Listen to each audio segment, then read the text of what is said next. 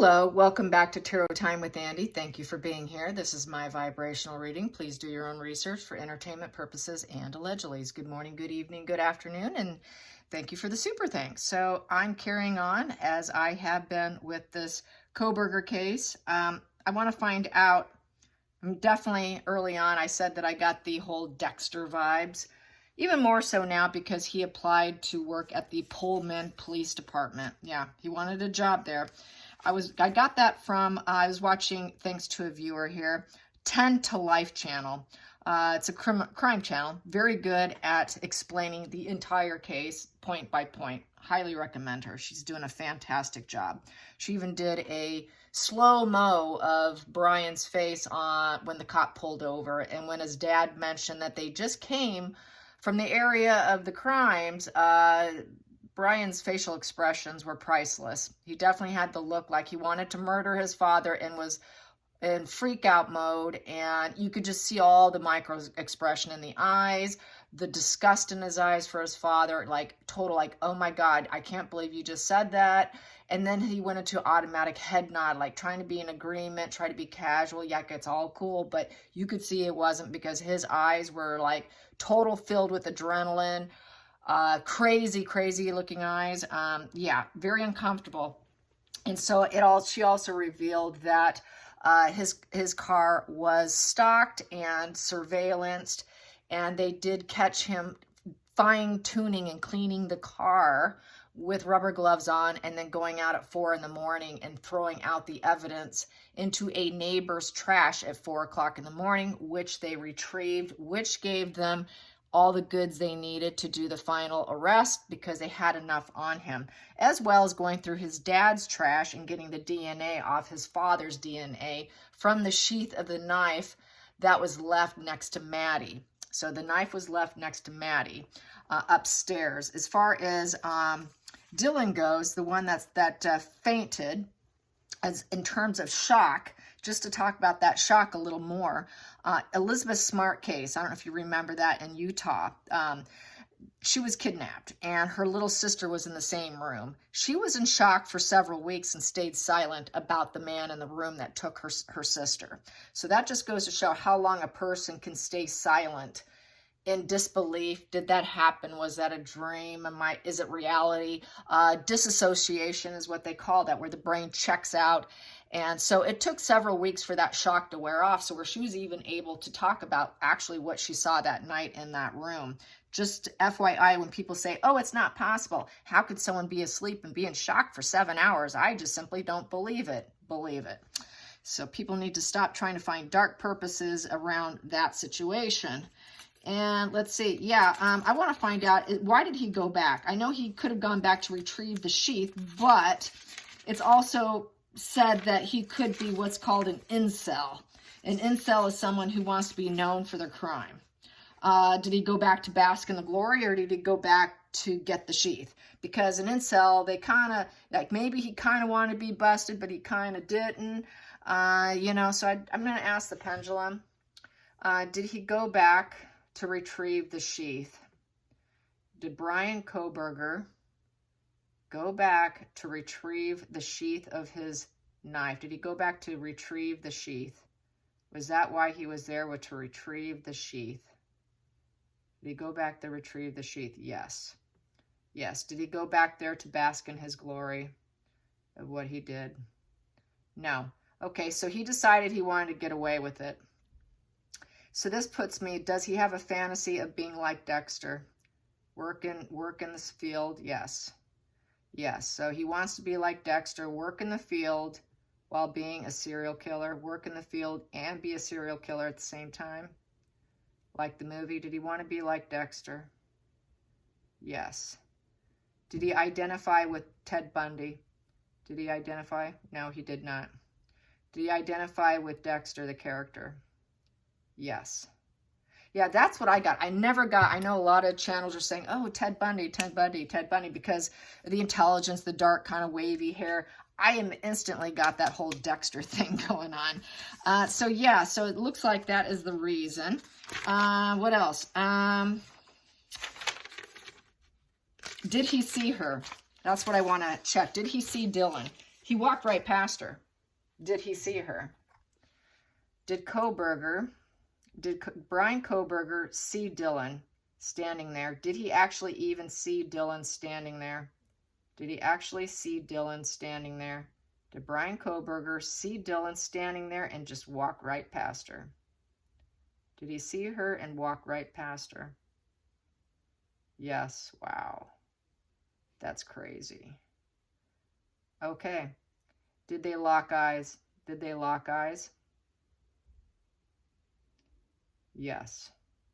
They did confirm it because there were blood prints going past her door. And the blood prints were pretty faded, so he must have worn shoe coverings. And through the shoe coverings, there was so much blood, it just went through the shoe covering. So I'm going to ask, did he wear shoe coverings? Did he wear some sort of surgical shoe coverings? Did he wear any paper shoe coverings? Did he wear paper shoe coverings to commit the crime? Yes. To cover up his shoe prints? To cover up his shoe prints? Yes. Did he wear rubber gloves too? Did he wear rubber gloves too? Yes. Were they leather gloves? Did he wear leather gloves?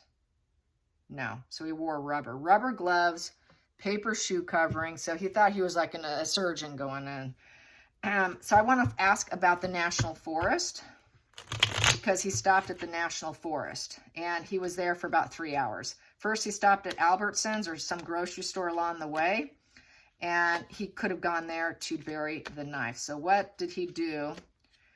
He bought some supplies, maybe it was some food, maybe he decided to hang out to de-escalate himself and do some things, maybe bury his bloody clothes. Bury some of the evidence. What was he doing in the National Forest? What was he doing in the National Forest? What was he doing in the National Forest? What was Brian Kohburger doing in the National Forest? What was he doing in the National Forest? Let's get some cards on that. There we go. He went on a fearless new direction. Yes, I'm going to ask. He had a purpose here with the fearless new direction. Very confident, and he was just wanting to do something there. So was his fearless new direction including bearing bloody clothes? Was he bearing or burning bloody clothes? Was he burning or bearing bloody clothes? Yes. Did he burn it? Did he burn the clothes? Yes. Okay, so he burned his clothes. Did he bury the knife? Did he bury the knife there? Yes. Will they be able to find and retrieve it? Will it be retrieved? Will it be retrieved? Yes. Okay. So there you have that. So I think so. Let's get some more cards on that. What was a challenging position? Because you know he had been going through some strong emotions during that. So he went on his fearless new direction. Challenging position was to rise up. Challenging position is to get the attention too, because Queen of Wands is someone who gets his social butterfly. It was a risk take. It was a challenge to take the risk to do something like this. He knows it. It's a very aggressive card. The challenging position is typically this person, the Queen of Wands, likes to do things that other people are not willing to do. She's very aggressive. She's very confident. His confidence was kind of starting to tank. Feeling that passion and to keep going and that creativity of how to get rid of it was a bit of a challenge. And also the Queen of Wands is someone in the spotlight. Same with the King of Wands. They're both very much confident in the spotlight type of people, and they rise up. And they tend to be very successful. So the challenge was this: getting in the spotlight, being seen to do that, and that he did this. You know, he's trying to avoid that spotlight. Rising up above this was a challenge. He needed to rise above it. Can I rise above this and get out of this, in essence? Because that's the Rising Phoenix card. He wanted to rise up.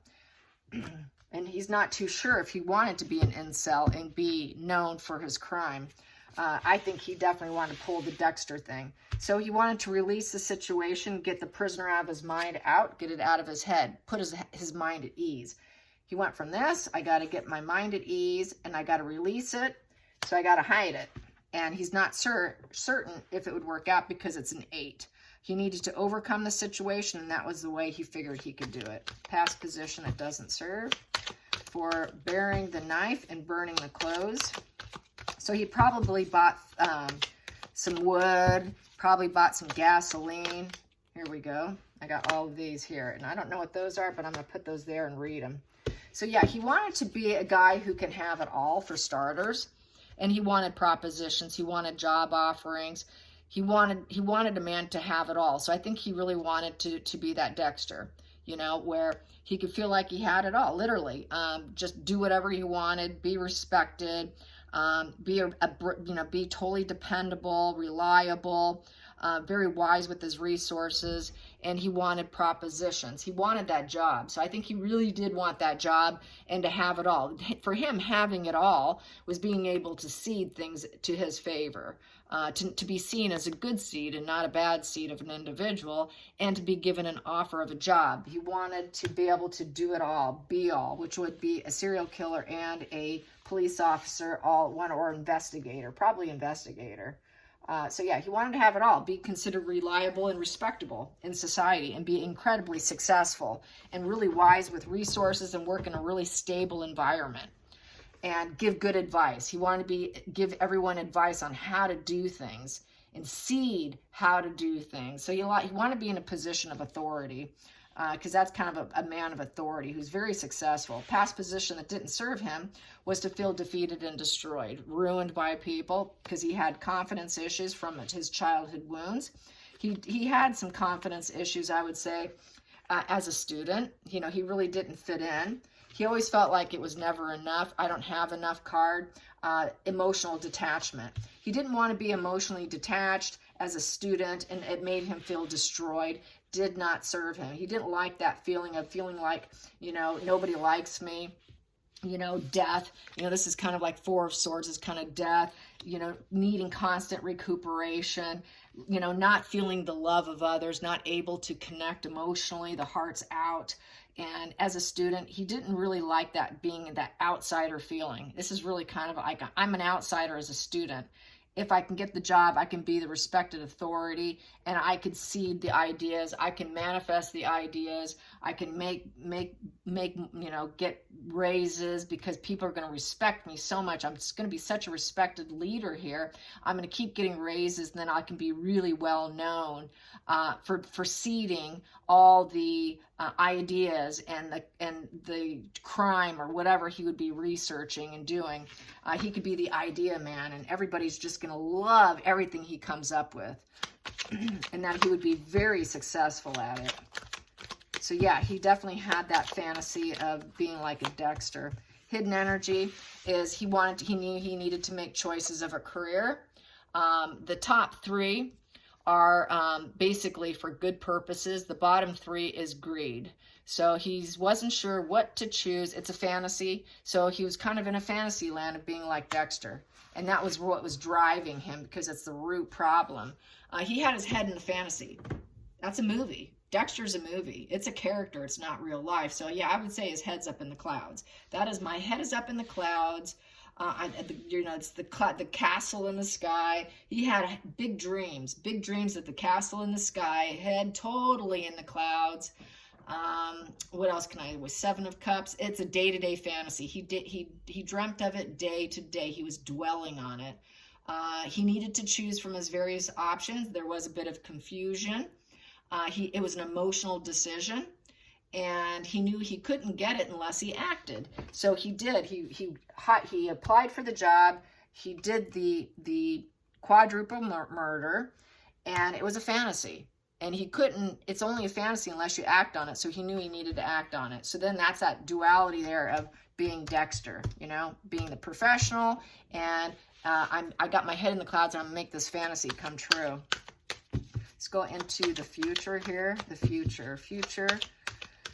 For his Dexter fantasy, yeah, he could be successful, and it'd be full completion, full cycle.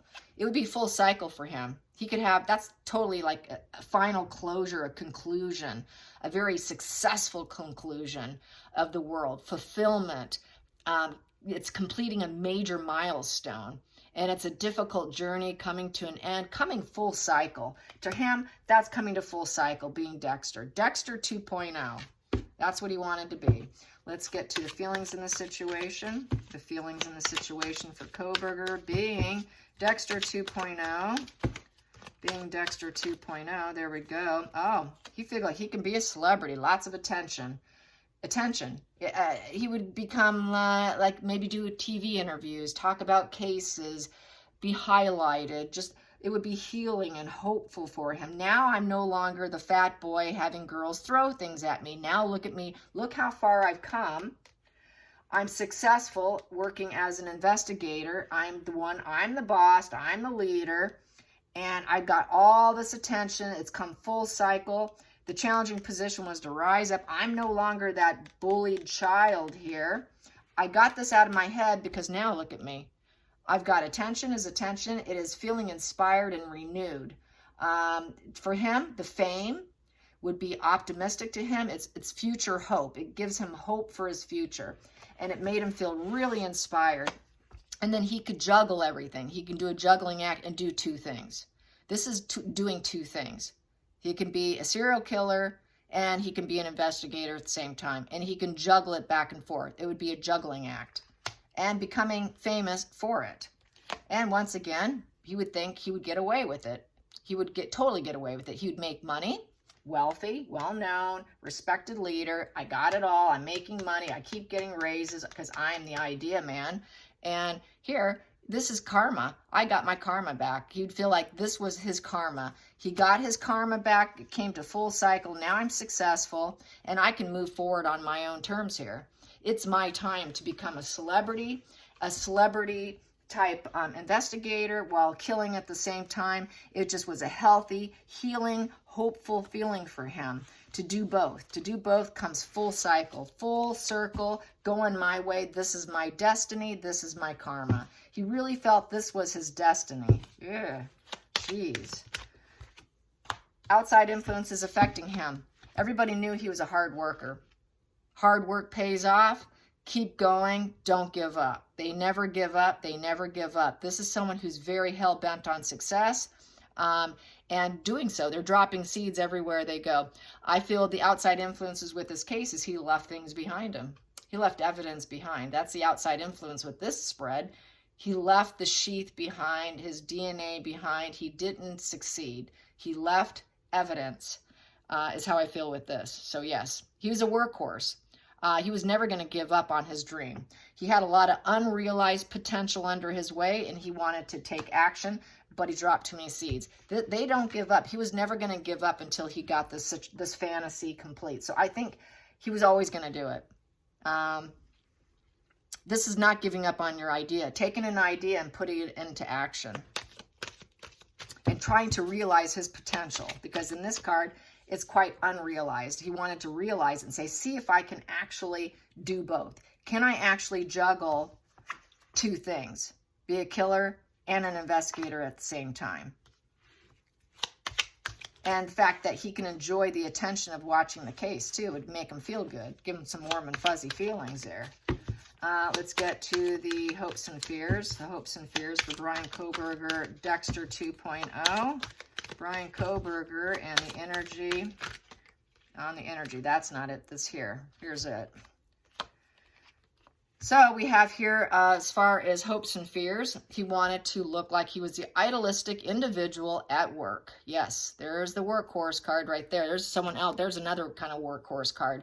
The Eight of Pentacles is building his cornucopia, and it would be ideal. Basically, having total material success, being really, independent. He can achieve things. Everyone would think he was a stable person and very much enjoying material success. So he could be that successful kid that his parents always wanted for him, and he could still eat his cake and have it too by doing both things, but they wouldn't know it. They would just think, look how good our son's doing. He's so successful. He's so accomplished. All that hard work paid off. Eight of Pentacles is having your hard work pay off, and you're successful. You're building your wealth and building his wealth and just really getting successful. He really thought in his head he can just do both. Let's get to the final outcome. Final outcome in this situation. Final outcome in this situation. Final outcome. Final outcome in this situation. Well, he got busted. He got busted for being the thought leader in the situation. This is judge, jury, executioner. He committed crime. He committed murder. This is a very dark purpose here because the King of Swords is in reverse. He's very self-serving, tyrant. He's very rigid and cruel. Now he needs a lawyer.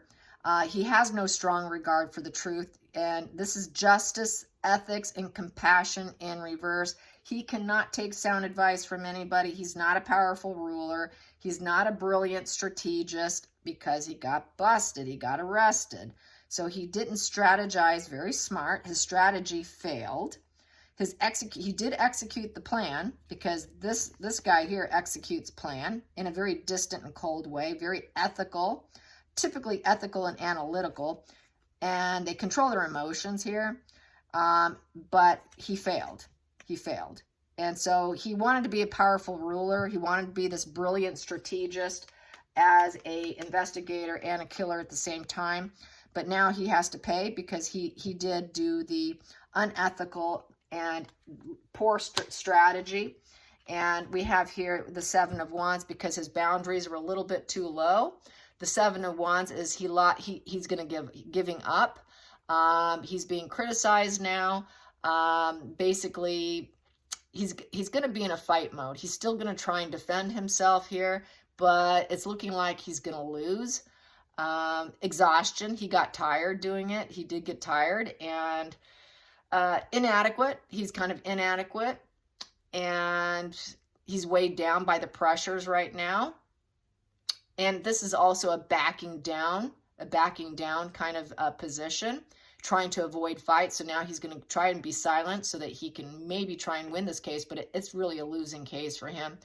It's having to compete to try and defend your own beliefs, even if they're unclear. But in this position, this defending yourself position is in reverse because they've got too much evidence on him. He can't defend himself. This is, I'm defending myself. I'm going to be perseverant and stay peaceful because you know you're okay. You didn't do anything wrong. You're having courage in adversity. And, you know, but it is being on guard. So, but he knows he's in a losing situation. They got way too much on him with these two cards. Way too much on him. He's thinking basically the judge, jury, executioner is going to cut him out. Where he could get the death penalty because this is cutting you out. So he's actually could be cut out and not be able to defend himself. He cannot speak for himself. He needs a lawyer. And that Seven in reverse is he feels pretty certain that he's in a losing situation here. I'm going to clarify that King of Swords in reverse. Clarify that King of Swords. I did get he's going to get the death penalty. King of Swords in reverse, and that he may be thinking about trying to lessen it, but I think he's still going to get it. It's not an ideal situation for him. This is someone who's very shallow, superficial. The High Priestess in reverse. They have no aces in their feelings, so he has no aha moments. There's no like this good energy of an Ace of Cups, like birthing love. He can't birth love. He can't birth breakthrough insights. He cannot get financial opportunities anymore. He knows he's screwed. He's not going to be able to let go of things. He knows he's blocked. He's got clouded judgment. He realizes his judgment was clouded. A lot of things are going to be revealed yet, and all of it's coming out. Here, he's going to be able to keep all the secrets. Here, all the secrets are coming out. And he thought he had hidden talents. I have this hidden talent where I could be the investigator and a killer at the same time, thinking he can hide it and retreat and reflect with passivity and get it done. But here, it's all being revealed. Everything about him's being revealed, that he is the killer. He cut people's lives out, and now it's gonna come back on him. Very clouded judgment to do it. He's realizing it was really stupid. He is not idealistic energy. He's very the opposite. No spiritual connection whatsoever. Cannot even follow his own gut instinct.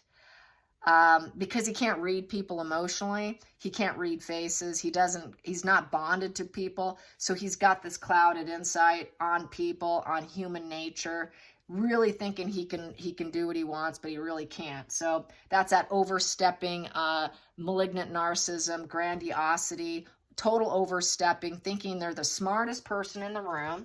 I'm the smartest person in the room. I can make plans and I can make it work and I can get away with it.